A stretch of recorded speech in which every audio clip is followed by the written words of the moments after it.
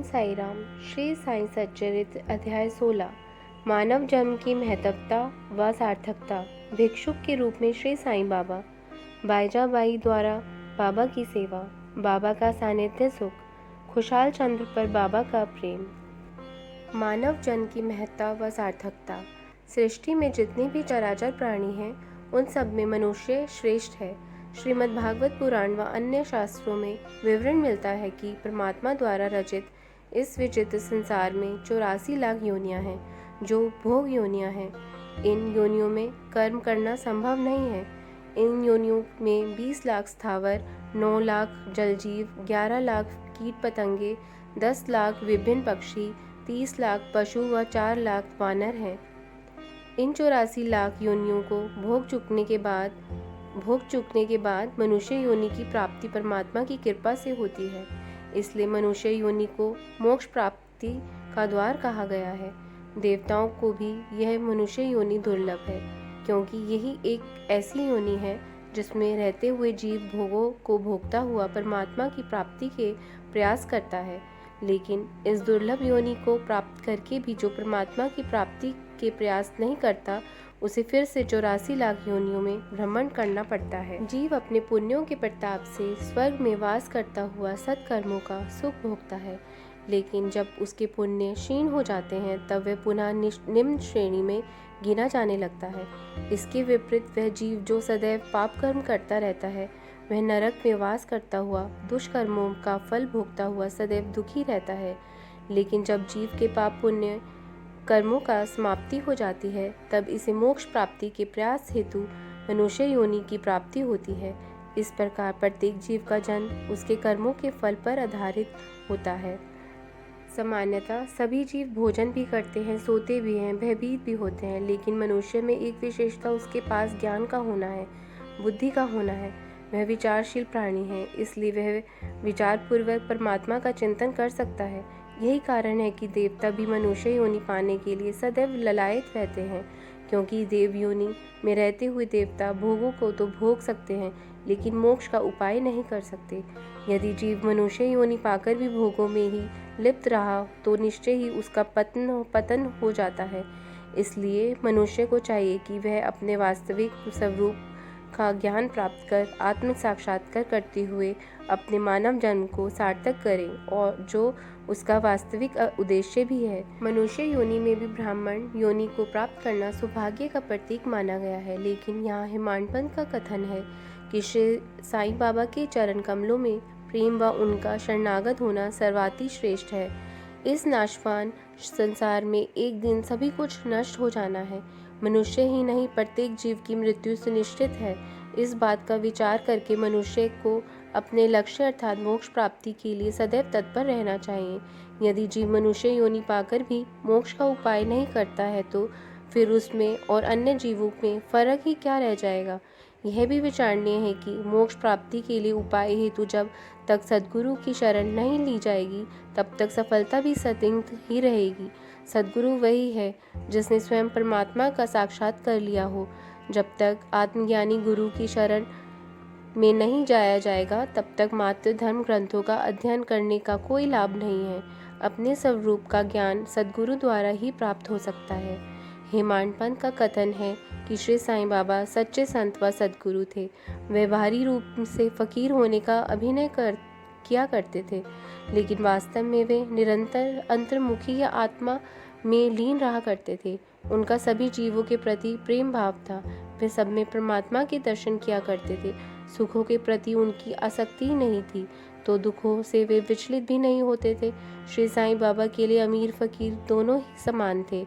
वे ब्राह्मण रूप ही थे, फिर भी वे भिक्षा मांगा करते थे। उसी का वर्णन करते हुए हेमाडपंत आगे कहते हैं, भिक्षुक के रूप में श्री साईं बाबा। हेमाडपंत का कथन है कि शिरडी के लोगों का यह अहोभाग्य है कि स्वयं परब्रह्म भिक्षुक के रूप में उनके द्वार पर खड़े होकर भिक्षा मांगा करते थे। भिक्षा मांगते समय वे कहा करते थे, ओ माई, एक रोटी का टुकड़ा मिले वे सदैव हाथ फैलाकर भिक्षा मांगा करते थे। उनके एक हाथ में टम्बरेल व दूसरे में झोला हुआ करता था। 5 घरों में वे नित्य भिक्षा मांगा करते थे। कभी कभी अन्य कुछ घरों में भी केवल फेरी लगाया करते थे। तरल पदार्थ जैसे दूध, छाछ, सब्जी व टीन के बने पात्र में लेते थे तो रोटियां व अन्य सूक्ष्म चीज़ें झोली में डाला करते थे। साधु संत भोजन करते भी हैं तो कभी स्वाद लेने के लिए नहीं करते। वे सारी सामग्री मिलाकर उसका सेवन करते हैं और संतुष्ट रहते हैं। ऐसा ही श्री साईं बाबा भी किया करते थे। उन्होंने जीभ के स्वाद के लिए कभी भोजन नहीं किया। श्री साईं बाबा का भिक्षा मांगने जाने का समय कोई निश्चित नहीं था। सामान्यतः वे मध्यम तक ही भिक्षा मांगा करते थे, लेकिन कभी कभी 12 बजे ही मस्जिद में लौट जाते थे। भिक्षा में उन्हें जो कुछ मिलता था वह सब वे एक कुंडी नुमा पात्र में डालकर सबको मिला या करते थे। उसी पात्र में उनके साथ कौवे, बिल्ली, कुत्ते आदि भी निर्भीकता पूर्वक भोजन किया करते थे। श्री साईं बाबा का सभी जीवों के प्रति प्रेम था अतः उन्होंने कभी किसी जीव को दुत्कारा नहीं। इसी तरह मस्जिद में नित्य झाड़ू लगाने वाली एक महिला नित्य ही रोटी ले जाती थी, लेकिन श्री साईं बाबा ने उसे कभी कुछ नहीं कहा। संसार की यही रीति है कि जब कोई सिद्ध अवस्था को पहुंच जाता है तो लोग उसे पागल कहते हैं। श्री साईं बाबा भी सिद्ध पुरुष थे। उनका कार्य व्यवहार भी सिद्धों जैसा ही था। संवतक इसीलिए शिरडी के लोग उन्हें शुरू में पागल ही समझते थे। बाद में वे इसी पागल संबोधन से प्रसिद्ध भी हो गए। श्री साईं बाबा बाहरी दृष्टि से जैसे दिखाई देते थे, वास्तव में वैसे वे थे नहीं। वे उदार हृदय त्यागी थे। उनका हृदय शांत था। बाद में शिरडी के ही कुछ प्रबंध जनों ने उन्हें महापुरुष के रूप में पहचाना। उनकी दृष्टि में वे सिद्ध पुरुष थे। बाईजाबाई द्वारा बाबा की सेवा। बाईजाबाई शिरडी गांव की भद्र महिला व तात्या कोते पाटिल की माता थी। उन्होंने श्री साईं बाबा की काफ़ी सेवा की थी। दोपहर में वे एक टोकरी में रोटी व भाजी लेकर कोसों दूर जंगलों में जाती थी, जहां श्री साईं बाबा एक पेड़ के नीचे शांत स्वभाव से ध्यान अवस्था में बैठे रहा करते थे। बाईजा माई एक पत्तल में रोटी भाजी परोस कर बाबा से भोजन करने के लिए कहती। यह उनका नित्य का नियम था। बाबा भी बाईजा माई की सेवा को अंतिम समय तक भी नहीं भुला पाए थे। माता व पुत्र अर्थात बाईजाबाई व तात्या कोते की श्री साईं बाबा के प्रति गहन निष्ठा थी। बाईजाबाई की सेवा का फल बाद में श्री साईं बाबा ने उनके पुत्र तात्या कोते को भी दिया था। उन माता पुत्र से भी श्री साईं बाबा यही कहा करते थे कि फकीरी ही सच्ची अमीरी है। वह अनंत है। जिसे अमीरी कहते हैं वह तो एक दिन गायब हो जाने वाली है। बाद में बाबा गांव में ही मस्जिद में रहकर भोजन करने लगे। श्री साईं बाबा ने संभवतः ऐसा इसलिए किया होगा कि बाईजाबाई को जंगल तक भाग दौड़ न करनी पड़े। बाबा का सानिध्य सुख। तात्या कोते पाटिल व म्हालसापति श्री साईं बाबा के परम भक्त थे। दोनों पर बाबा का विशेष अनुग्रह भी था। ये दोनों बाबा के साथ मस्जिद में ही सोया करते थे। सोने का नियम यह था कि बाबा, तात्या कोते व म्हालसापति ये तीनों अपने सिरों को पूर्व, पश्चिम व उत्तर दिशा की ओर करते थे और तीनों के पैर बीच में आपस में मिले होते थे। इस प्रकार लेटे रहकर ये तीनों देर रात तक बातचीत व चर्चाएं करते रहते थे। इस दौरान तीनों में से यदि किसी को नींद आ जाती थी तो दूसरा उसे जगा दिया करता था। जब तात्या कोते खराटे भर रहे होते थे तो बाबा उन्हें जोर जोर से हिलाकर व सिर को जोर से दबाकर जगा दिया करते थे। यदि म्हालसापति को नींद आ जाती थी तो बाबा उन्हें अपनी तरफ खींचकर पैरों को धकेलकर पीठ थपथपा दिया करते थे। तात्या कोते ने 14 वर्ष तक श्री साईं बाबा के साथ मस्जिद में शयन किया, लेकिन जब उनके पिता का निधन हो गया तो घर की जिम्मेवारी निभाने के लिए वे घर में ही सोने लगे। खुशाल चंद्र पर बाबा का प्रेम। तात्या कोते, जिनका पूरा नाम गणपत तात्या कोते था, पर बाबा का जितना प्रेम था उतना ही प्रेम राहता के एक मारवाड़ी सेठ चंद्रभान के भतीजे खुशाल चंद्र पर भी था। चंद्रभान पर भी बाबा का प्रेम कम नहीं था। उनके प्रति प्रेम के कारण ही बाबा उनके भतीजे खुशाल चंद के कल्याण के बारे में दिन रात फिक्रमंद रहा करते थे।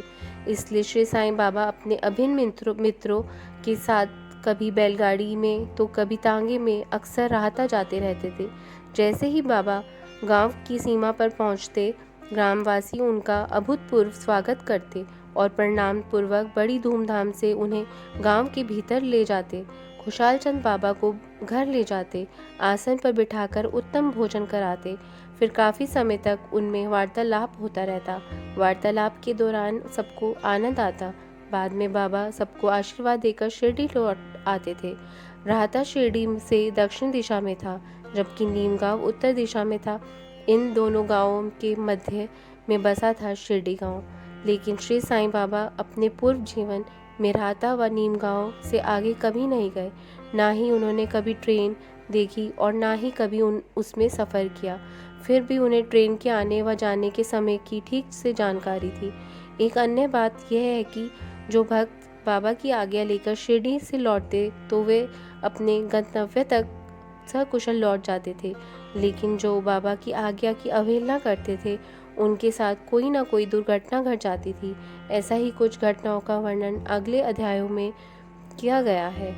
ओम साई नमो नमः। ओम साई राम। ओम साई राम। कोई गलती हुई हो तो मुझे क्षमा करना। अब हम कल अध्याय 17 का अध्ययन करेंगे। ओम साई राम।